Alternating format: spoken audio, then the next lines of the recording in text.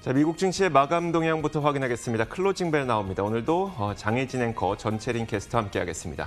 자, 먼저 전채린 캐스터, 지난밤 사이 미국 시장이 어떻게 마감된지 살펴볼까요? 네, 지난밤 미국 증시 주요 소식과 마감 상황을 전해드리겠습니다. LS Closing Bell Now입니다. 지난주에 이어 이날도 시장은 상승 흐름을 이었습니다. 첫 번째로 주목해야 할 소식은 역시나 부양책 소식입니다. 백악관이 의회의 전면적인 부양법안 통과를 촉구한 뒤 광범위한 부양책에 대한 기대가 이어지고 있습니다. 하지만 현재로서는 지난주 트럼프 대통령이 제시한 1조 8천억 달러 규모를 민주당과 공화당 의원들이 지지할지 불분명하죠. 벌써 몇 주째 지속되고 있는 이런 교착 상태에 대해 부정적인 견해도 제기되고 있습니다. 마켓워치는 부양책을 계속해서 기다리던 금융시장의 참을성이 이제는 바닥나고 있다고 보도했습니다. 그리고 앞으로도 늦어지면 늦어질수록 경제에 미치는 악영향은 더 커질 것이라는 월가 애널리스트의 분석을 전했습니다. 여기에 옥스퍼드의 한 경제학자는 GDP의 1%대 감소와 기업 실적 회복 둔화 등 부양책의 부재가 결국 증시의 핵심 하방 리스크로 작용할 것이라고 전망했습니다. 그렇지만 그럼에도 불구하고 오늘 시장에서는 상승 랠리가 이어지는 모습이었죠. 한편 오는 13일에는 JP모건과 델타항공 등 주요 은행과 항공사의 기업 실적을 시작으로 3분기 어닝 시즌이 시작됩니다. 코로나19로 지난해 같은 기간보다는 20% 정도 줄겠지만 2분기의 감소폭보다는 크게 개선될 것이라는 전망이 있습니다. 그런 가운데 기술주의 강세가 오늘 시장을 지탱해줬습니다. 이번 주 후반에 하이스피드라는 이름으로 첫 5G 아이폰을 공개할 애플을 비롯한 기술주가 모두 올라줬는데요. 종목별로 살펴보면 프라임데이를 앞두고 있는 아마존과 페이스북 각각 5% 내외로 올랐고요. 알파벳 3% 넘게 뛰어줬습니다. 이외에도 마이크로소프트 2.6%, 또 애플은 행사에 대한 기대감으로 6% 넘게 크게 오르는 모습이었습니다. 이렇게 팡주가 힘을 내주면서 기술주 부문 오늘 2.6% 상승했습니다. 이외 시장에서 주목받은 종목으로는 클라우드 커뮤니케이션 플랫폼인 트윌리오가 있었습니다. 고객 정보 플랫폼 기업인 세그멘트를 인수키로 한 소식에 주가가 7% 올라줬습니다. 또 아스트라제네카와 미국 정부 간의 항체 개발 협력 소식이 전해지면서 1% 오르기도 했습니다. 아스트라제네카의 치료제는 트럼프 대통령의 치료에 쓰인 약물과 비슷하다고 전해지고 있습니다. 이어서 자세한 마감 상황 살펴보겠습니다. 3대 지수 모두 상승 출발을 계속해서 상승폭을 키워나간 하루였습니다. 다우지수 0.8% 올라 28,837에 거래 마쳤습니다. 나스닥 지수는 9월 9일에 2.7% 상승한 이후로는 오늘 가장 큰 폭으로 올라줬습니다. 2.56% 오른 11,876에 안착했습니다.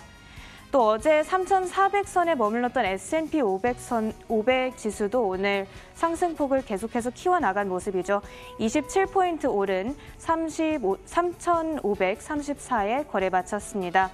이렇게 잔존하는 불확실성 가운데서도 상승 랠리를 이어나간 미국 증시 마감 상황 전해드렸습니다. 이어서 상품 시장도 살펴보시죠.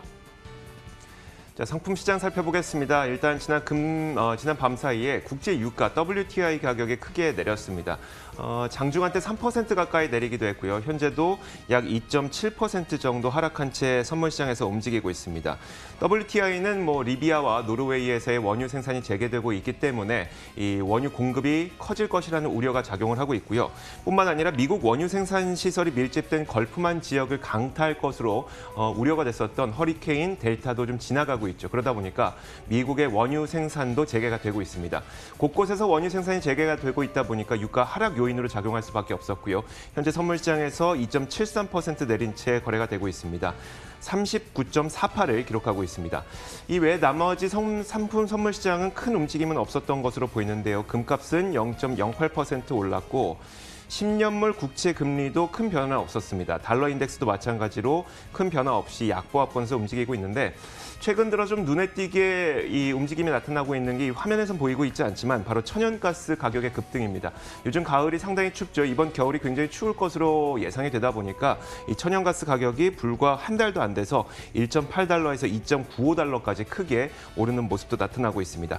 자, 이렇게 상품 선물 시장 살펴봤습니다. 글로벌 외신 확인하도록 하겠습니다. 자, 첫 번째 소식입니다. 장혜진 앵커가 준비했죠. 네, 미국 대선이 3주도 채 남지 않은 가운데 이 에이미 코니 베러 미국 연방대법관 지명자의 청문회가 현지 시간 12일부터 열렸습니다. 이날부터 열리게 된 건데요. 외신에서는 청문회가 공화당과 민주당의 치열한 전쟁터가 됐다고 표현을 했습니다. 공화당에서는 베러 지명자를 두고 법률가로서의 자질과 7명의 아이들의 어머니로서의 역량을 강조를 했습니다. 하지만 반면에 민주당에서는 오바마 케어를 폐기하려는 꼼수가 아니냐며 수백만 명의 건강보험이 달려있다고 덧붙였는데요. 그러면서 임신 중단과 총기 규제 등에 대한 지명자의 사상이 미국을 위태롭게 할 수도 있다라는 발언을 하면서 공격을 이어갔습니다. 베럿이 인준이 될 경우에는 미국 연방대법관 9명 중 6명이 보수 인력이 되는데요. 이 트럼프 대통령이 우편 투표 부정을 거론하면서 대선 불복에 따른 소송전이 벌어질 수도 있는 상황인 만큼 이번 인준 결과가 미국 대선 판도에도 굉장한 영향을 미칠 것으로 보입니다. 공화당은 법사위에서 15일까지 청문회를 가진 뒤에 법사위 인준안 표결을 거쳐 22일 전체 회의를 통해서 인준안을 상정할 계획이고요. 11월 3일인 이 대선 날 이전에 인준 절차를 마무리한다는 방침입니다.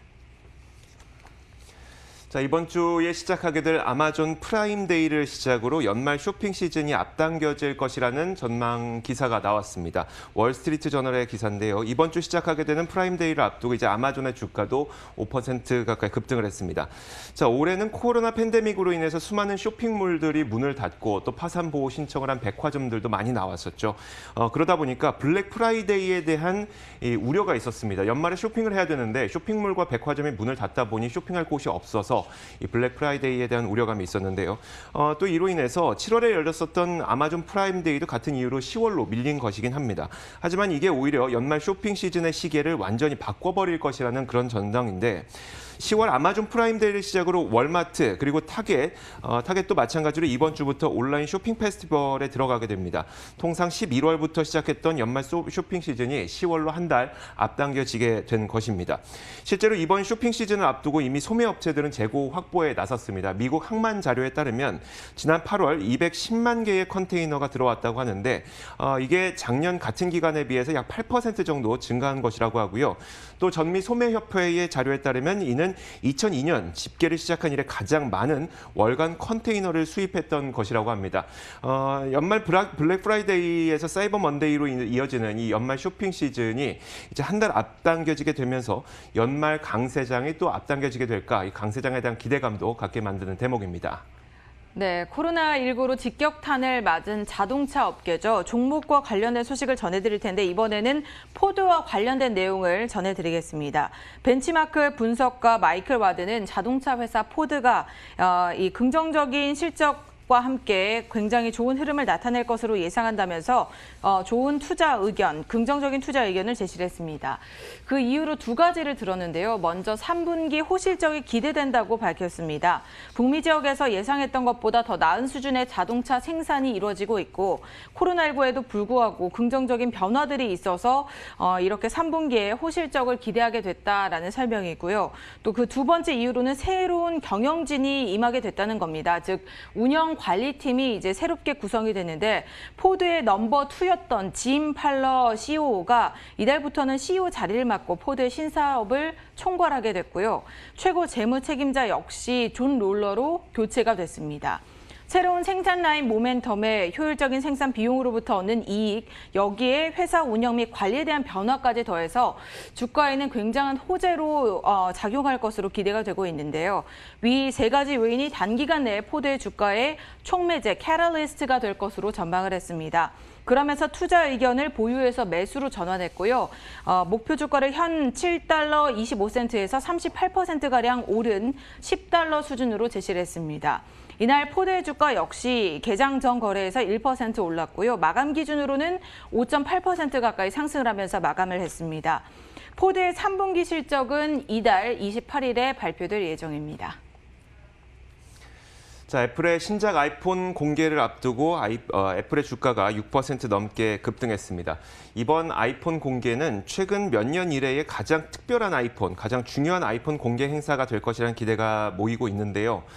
가장 중요한 것은 무엇보다도 이제 5G 기능이 탑재되느냐인데, 이제 뭐 탑재는 되겠지만 과연 이런 기능을 어떻게 활용할 것이냐가 이제 이번 공개 행사를 통해서 드러나게 될 것으로 보입니다. 자, 물론 한국에서 우리가 겪은 것처럼 5G 기능이 탑재된다고 하더라도 미국도 마찬가지로 통신망이 잘 따라주지 못하기 때문에 물론 유저들은 실망할 가능성도 있다고 외신들은 전하고 있습니다. 자, 이번 아이폰 공개를 수년의 가장 특별한 이벤트로 꼽는 이유는 이겁니다. 아이폰이 근래 들어서 가장 크게 변화를 겪었던 시기를 꼽자면 바로 2014년으로 꼽히는데요. 아이폰 6가 나왔던 당시였습니다. 아이폰 4와 아이폰 5는 여러분들도 기억하시겠지만 단일 사이즈로 나왔었고요. 한 개의 기종으로만 나왔었습니다. 그러다가 아이폰 6에서 큰 사이즈와 함께 이 두 개의 사이즈로 출시가 되는 큰 변화가 있었죠. 그러면서 아이폰 6는 이후 4개 분기 동안 2억 3,100만 대가 팔렸는데 이 기록은 판매 기록이 집계됐던 2018년까지 역사상 가장 많이 팔린 기록으로 여전히 그 기록으로 남아 있다고 합니다. 이걸 그래서 우리가 흔히 슈퍼사이클이라고 부르는데 5G가 탑재된 이번 아이폰 공개 이후에 큰 변화가 있는 것이기 때문에 새로운 슈퍼사이클이 도래하게 될지 많은 기대를 모으고 있는 것입니다. 자, 이렇게 글로벌 뉴스 살펴봤습니다. 이어서 맨해튼 나우 이어가도록 하겠습니다.